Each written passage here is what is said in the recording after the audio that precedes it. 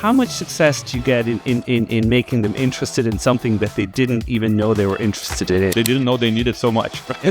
I don't want to work in a company that's very slow and like very difficult to work on. I think that's the sentence I always say at the end, like innovation has to come from customers. So if you're not reading the customer and not understanding the customer, you're not innovating. They really want it and believe in what they do. And that's not going to change. It doesn't matter how much money they have. I mean, Jeff Bezos' obsession for customer will always be there.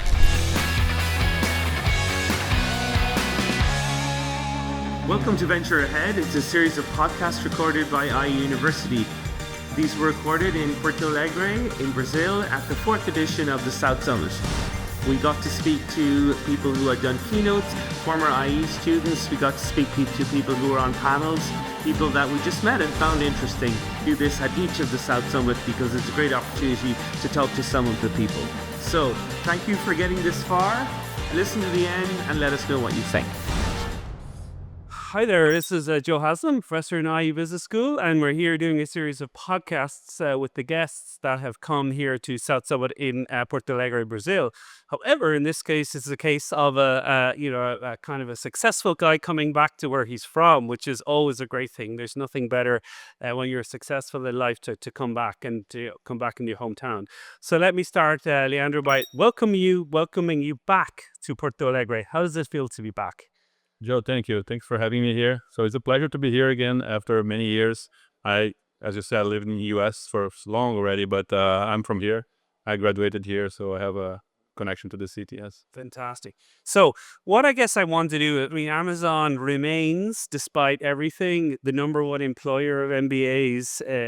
Literally, I walk into an MBA class and 50% of people want to work in Amazon. So it's a sort of an interesting thing for me always to speak to people who actually do work in Amazon and find out whether the image that we have of outside of Amazon is what goes on behind the scenes. So I guess that the top line thing of Amazon, if you were to sort of summarize the Amazon way, is that you basically use data to get customer insights. Is that an accurate representation of what you do? That's exactly right. So Amazon, I think, consolidated very well this concept of, they call it the flywheel. It's basically creating a loop back that allows to learn from customer, understand insights, and then reapply that using technology. So that's basically what Amazon does. And I think that's why we are still growing and continue to grow, because I think we are always trying to be ahead in terms of what the customer needs, basically. Yeah. I mean, there's a very famous article written by Ben Thompson in Strategy, who talks a lot about Amazon strategy. And he says that what Amazon are trying to do is get as much of a person's paycheck as possible. In other words, like, if you need movies, we can give you that. If you need, even mortgages, banking, food, like that, they look at people's paychecks and it's possible that, people are giving perhaps even as much as 30 or 40% of their paycheck to Amazon. They're very happy to do that and they get whatever they expected. But, is that the way you think about things in Amazon? Yeah. Although I understand where it's coming from, that's not what we think. And I'm not saying that to defend the way we work, but it's more like Amazon looks at what the customer needs and wants to do with their paycheck eventually. And especially the areas where they're struggling to get there, like the services are bad, the products are not good, there's no convenience. That's the area we look at. So how can we provide a much better service to that person in a much different way, much faster? That's what we look at, right? And we end up, fortunately, many of the areas of the customers spend their money, they struggle because service is not good, convenience is not good. So end up that we cover many areas because of that. Okay. And how many data points, I mean, approximately, when you say that you understand the customer, do you just look at this is a customer, I guess, that you connect with their credit card, and then this is what all of the things they have bought in the last 3 months? Or when we talk about profiling a customer, how would you describe Although that? it's done, yes. It's more than that. It's really like looking at verticals of the industry, like we did with pharmacy recently, we're doing with healthy, and trying to understand what are the struggles the customers having there. And it could be through research, could be through surveys, could be through data available in the market, or sometimes we can acquire some data from other agencies that have this data to tell us what is happening in that area and what's the problem. Like the data is to understand the problem. Like how can I qualify this problem in a way that I can think about the solution for that. Okay. So is it it's not so much to keep them buying what they're already buying, but to find things that they are not buying. Exactly. I think that's the flywheel is interesting concept. For what you already sell, for what you already serve a customer, you need to have operational excellence. So there's a deep focus on being excellent at what we do. And then, yes, for the things that we are not covering the customer journey yet, so how can I cover that? So it's a mix of both. Okay. Something I've always been interested in is, my wife is from Spain, and there's no way I could ever get her to eat spicy food. I mean, is there kind of things that you come up across, someone who hasn't grown up, say, with spicy food, or pick whatever thing you want. I mean, how much success do you get in making them interested in something that they didn't even know they were interested in? Yeah, that's an interesting thing. So we have a joke like trying to show the customer something they didn't know they needed so much, right? like and that requires a lot. That requires experimentation and many failures. Like a fail is part of the game. So 70% of what we do will fail, right? Yeah. So how we learn from that? So I tried to give you a product you didn't like it. So I need to know you didn't like it for some reason, right? You don't like spicy food, you don't like this, you don't like that. So I need to really understand this feedback loop to say, oh, that didn't work. So let's try something else, right? Yeah. It's the most important. Going back a bit to some of our audience will be MBA students, and the point is often made that Amazon now has 1 million people. Do you think it's still a great place to work? I really think so. And I say that I never planned it to my career I was gonna one day work for Amazon. That was not the way. But I found in Amazon a collection of things I learned across my career. I work in many different companies. Like I work in private equity that are like hungry for cost savings and efficiency, which I learned some interesting things there. And I work for companies that are very rich and only focus on like investing on the top line, right? And actually, I think Amazon find an interesting balance for these things, right? I mean, frugality is very important for Amazon because we need to really be efficient because of the equation of the product, value, price, and convenience, right? The price thing, yeah, you can deliver a great product at a great convenience, but if the price is not good, Yeah, Bezos, he famously said that he focuses not on the things that will change, but on the things that won't change. So he says, like in 10 years' time, he said there will still be an interest in low prices. That's not something that's going to change. no. So he focuses very much on that. Yeah, for me, this product, price, and convenience, they are always together. You cannot forget about one of them. Sometimes you can leave it convenience alone if the product is so good, but or the price is good. But if you lose in one of them, you have to add the other one to compensate. So, what kind of things are happening in retail? I mean, Whole Foods is still essentially a retail business. So, what are the interesting things that you're seeing happening in the retail space? Yeah, I think in the moment there is a very important focus on value because of the inflation. Inflation is affecting everybody overall. It was never so expensive to buy food at households than it is now. Yeah. So we need to focus on that. So there's a big focus on that. It's value perception, efficiency, bringing reducing the cost to serve that you call, right, to kind of be able to offer a better price to the customer. That's definitely a big important thing. The other one is mixing convenience with price, like things like subscription is a big trendy thing. Everybody's launching subscriptions because you can get great discounts, better convenience, and of course you get the loyalty of the customer, right? So you like pay $100 to Amazon or Whole Foods, and for that you have unlimited. I mean, you've seen it with coffee. A lot of these companies that you can pay, you get unlimited coffee, right? You pay. That's one example. What example we're doing for delivery? Like we subscribe for receiving as many deliveries you want to your home, so then you can order many times, so you can get this frequency increase. Going back to when I was in university, there was British called Tesco, and they kind of invented this whole data warehouse thing. And they always used to talk about the unusual patterns they would find in data. That they would like that if you bought beer, apparently you would also buy diapers.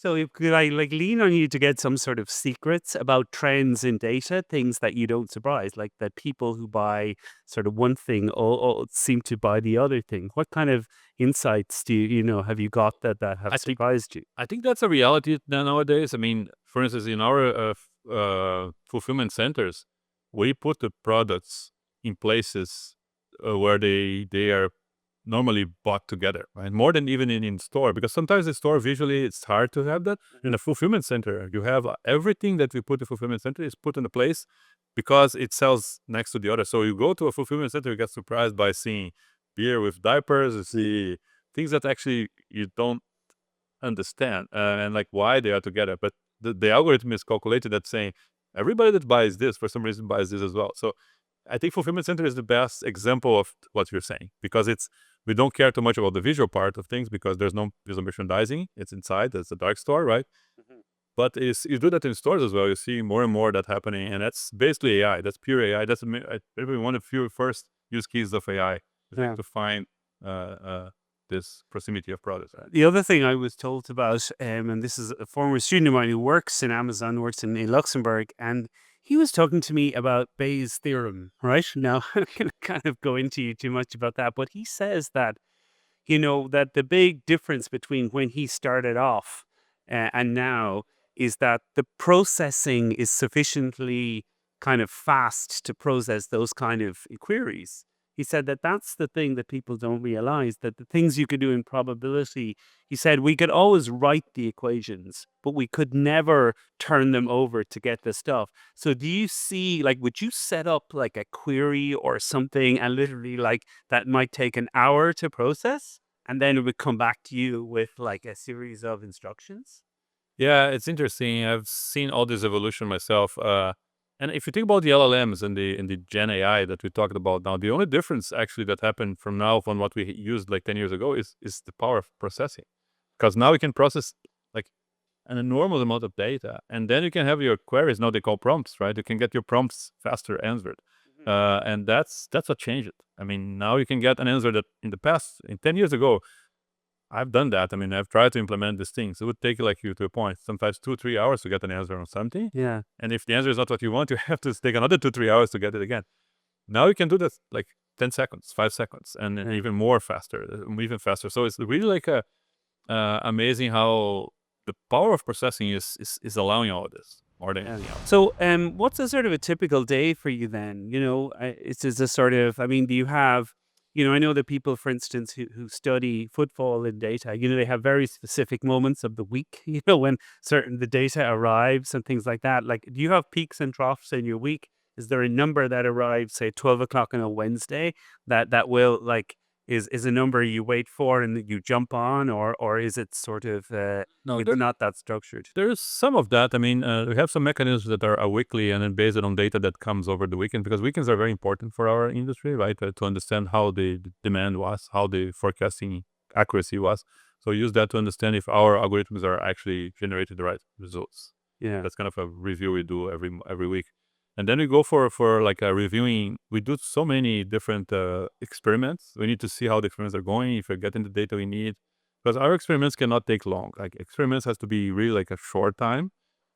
If it's taking too long, it's because you're not doing it right. You're not getting the data you need. So you need to be able to decide. The decision could be to continue, to expand, to stop. Yeah. But you have to decide. Decisions have to happen every now and then.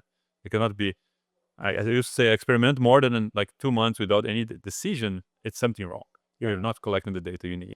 Yeah, no, I mean, well, there's a lot of those psychology, which is to say, like, well, actually, General Patton used to say, sort of a bad strategy violently executed will win, which is to say, and also Stalin said, scale brings its own force, that you don't have to be perfect when you're bringing scale, scale brings its own reality.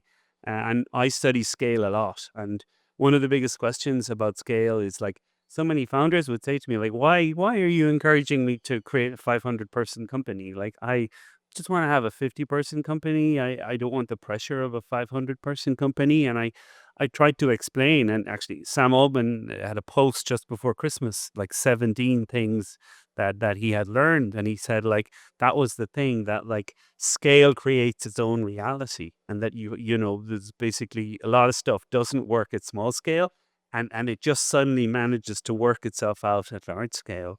So, I mean, I guess that's a thing you think about a lot. Yeah, nobody want to grow because they know the scale brings some problems, right? I mean, you become slow, it become hard to move. I think nobody's perfect, but I think what I like about Amazon, that one of the things make me work there is it's not a 1 million people company. It's actually 1,000, 2,000 groups of 50, 100 people working in different things, and they have their own authority and autonomy to do things. Yeah. So that creates a bit of this flexibility still in a very big company, right? Which is not easy to do. But yes, scale brings a lot of benefits, especially in our industry. I mean, it's hard to forecast sales if you don't have scale, right? Because the variability is so high, right? Yeah. And to your point on the risk of be simple and not complex, I like this concept that you use called one-way door, two-way doors. Like, be careful, especially when you are scaling. If you take a decision that's one-way door, meaning you cannot go back. Yeah.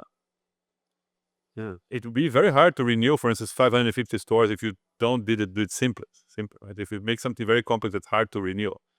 While if it's a two-way door, I mean, I can do that, and in 1 year time, I just give up on that and do something else. It's easier to then we do it faster, right? No, I think Bess has had an awful lot of very, very interesting things just about organizational culture, just about things about like he had a thing that I found really interesting about he hates meeting halfway. He said, no, if we're arguing about something, you must win or I must win. In other words, we will go at each other with the data, I guess, or whatever. But he said that, what kills great companies is that you settle for something in the middle just for harmony, Exactly. you know? And I think that's a very big difference between Amazon and other cultures I worked before, where we have this famous thing, oh, let's discuss this offline, meaning I don't agree with you, and let's postpone this discussion forever, right? Yeah. I have a lot of that. Like, we do a meeting and all the discussions are, oh, let's postpone it, let's take offline. Yeah. Versus the leadership principle of Amazon that I like a lot is disagree and commit, right? Yeah. It's hard. It's very hard to disagree and commit, but you have to do it, right? I mean, it's fine. You have your opinion, but the data is showing that I'm probably right. Let's try mine. And then say, okay, I'll try it. Right. And then if the data shows that I'm wrong, then I should give up. Right. Yeah. I mean, there's so much at scale. The thing, obviously, is that so much compensation comes from stock-based compensation. So everyone, I mean, literally, if they have to keep the share price moving, or else, and in that, like, I've often studied great football teams, and even, you find that a lot of the great teams, they didn't really like each other, but they understood that that person performed something on the team that was necessary. Exactly. And that, that is a thing that you do see in the Silicon Valley companies, that they do all understand that ultimately it's in everyone's interest to get on with each other and cooperate and disagree. I guess to a non-Amazon person seems to be a lot to ask, but you could see how very quickly that would become the way. Okay, I'll disagree, but I'll commit. Because it creates another thing interesting in the culture, that if you say that and you afterwards, after the meeting, you come back and say, I actually don't agree with what you're saying, I'm against it, that's really bad. I mean, don't do that in Amazon. There is this culture of rejecting that. You're already committed to that. Stop talking about it, right? Yeah. And in many companies, we have this, like, yeah, I agree in a meeting, and then I go back and say so. One of the things, actually, one of the best pieces of advice I've ever got, and I pass it on to my students, is the absence of a founder's ethic in a business. When I before I studied how to scale companies, I used to study disasters, like how things going wrong, but in the end, I got out of it because it was like, on a mental health point of view, looking at things going wrong. But Jeff, I imagine, and Andy Jassy was also there, like from the beginning, literally. So it's almost there. You could probably feel. I was told by this anyway, that you still feel Jeff's presence in the room, even though he's not there and he's in Hollywood making movies or whatever he's doing, or sailing a sailboat off the Isle of Capri. But someone said that you can still feel his, and he's still chairman, and Andy's, literally followed him around for years and very much. But so is that true, that you still feel the ghost of Jeff in every meeting? Yes, it's true. I mean, I think Jeff's presence is pretty important. It's actually a person people admire a lot, which is important for the company culture as well. And these people built the culture together with Jeff, right? I mean, Andy was there since the beginning to a point, right? So Yeah. many others are. I mean, the tenure of the leadership in Amazon is pretty large. Yeah. And that helps a lot. I mean, because people are talking about what they built, what they were together building. It's not like just I heard about that, right? Yeah. But university people are like, why would someone want to be the world's richest man? Like, what's in it for them? And what are the psychological parts of it? And that's often why you get into it. And that's why I study, everyone from Amancio Ortega, who created Zara, or Jeff Bezos, or all of these people. And it gets to be really fascinating just why it continues to mean so much of them, even though this material wealth. The fact that there was stories told in the pandemic that, Jeff was back in charge, and, like these kind of like so that, and it's something that people are surprised. But if you meet founders, as I do, you really understand why, it doesn't matter how successful they are. They're still like, I didn't make all these sacrifices at the beginning to treat any customer in that way. You're very right. And interesting, in my career, I was able to see some of these people. Like I have contacts with Warren Buffett at the board of Kraft Heinz. I knew some people of the 3G that were like a part of this 50, 100 people richer in the world kind of things. And now Jeff Bezos, they, first of all, I mean, they didn't do that for that, right? That's good to be rich, but that's not what they wanted. They really wanted and believe in what they do. And that's not going to change. Doesn't matter how much money they have. I mean, Jeff Bezos' obsession for customer will always be there, right? Yeah. And the same for Warren Buffett, like to succeed and be the best investor in the world. That's what he would like. He want to be successful in the investments he does. So that's kind of is in his DNA, right? Yeah. Yeah. It's both a blessing and a curse. It's the thing that makes them great is the thing that means they can never disengage. But it's a nice curse to have. Okay, so we're getting kind of near to the end now. So just want to sort of bring it on home, as they say, with just a couple of things. Just about I always ask people for things they're reading, or things that they have, documentaries they've seen, or even some kind of like tips, or things like that. I mean, is there anything that you want, anything you want to tell the world, Leandro? Yeah, I think that's the sentence I always say at the end. Like, innovation has to come from customers. So if you're not reading the customer and not understanding the customer, you're not innovating. And you need to fail all the time, like fail and test and test again. So experimenting, that's what makes innovation happen. If you're not doing that, you're not innovating. That's the way I believe. And if you're interviewing somebody for a position, what kind of things could people say that would impress you? I think the passion for something that actually is related to what I need. Could be the customer, passion to solving problems, for instance. Things that actually connect to what we need the attitude for. Because for me, I hire 4 times for really like the attitude and more than the skills, right? Yeah, no, there's hire for attitude, train for skills. Exactly. And I believe very much on that. And I have succeeded hiring people always thinking on that, right? Like, what's the right attitude? I have to be passionate about something. I'm not here just to get my paycheck. I really believe what I'm doing. And I want to grow with the company, not like I don't want to grow my career. I want to grow in a company that grows together with me, kind of. Sure. Okay. And I don't know, this is perhaps an unfair question, but I like unfair questions, which is like, have you ever thought about starting a business yourself, or you think your skills are more for, a CTO of Whole Foods? It's interesting. I had in the early beginning of my career, I started a company and I learned some things there. But and I advise a lot of startups, so I have connection to founders all the time. Yeah.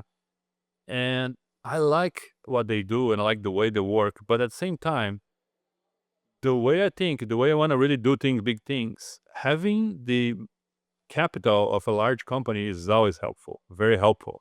And I don't want to be sometimes in a situation where I have to be more concerned about my next round of investment than on my customer and my solution. And then I have the pleasure of not need to do that much in that big company. Yeah, it's I've been doing this all my life, starting businesses in school, and it's sort of the only thing I know. I don't even think, I'm not even conscious I'm doing this at a lot of the time. But it's interesting. I recommend to a lot of people now not to start businesses. I don't think that they have determination to keep fighting when the stuff is coming at them.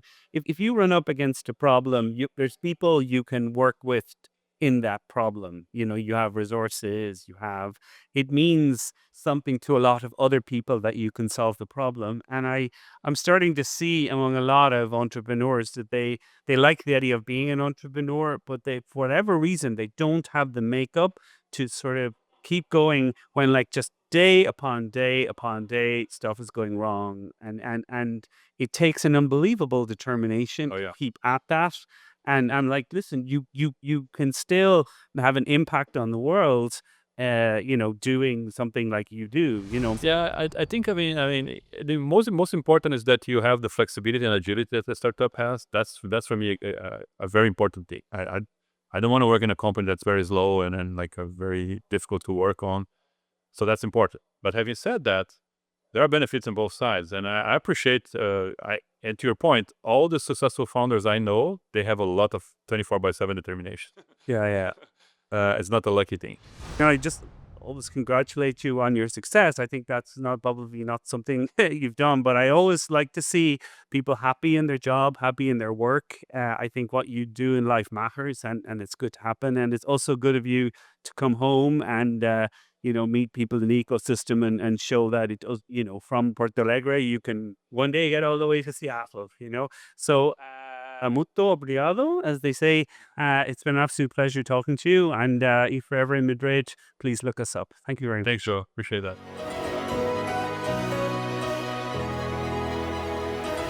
This is Professor Joe Haslam again, just signing off to thank you for listening to the podcast. They're available on Amazon, they're available on Spotify, they're available on Apple, and they're available on iVoox. Please talk to your friends about them. Tell us what you liked and recommend them. We want to get these ideas spread, and they're a very important part of the community we're trying to build here at IE University. So thank you for listening to Venture Ahead.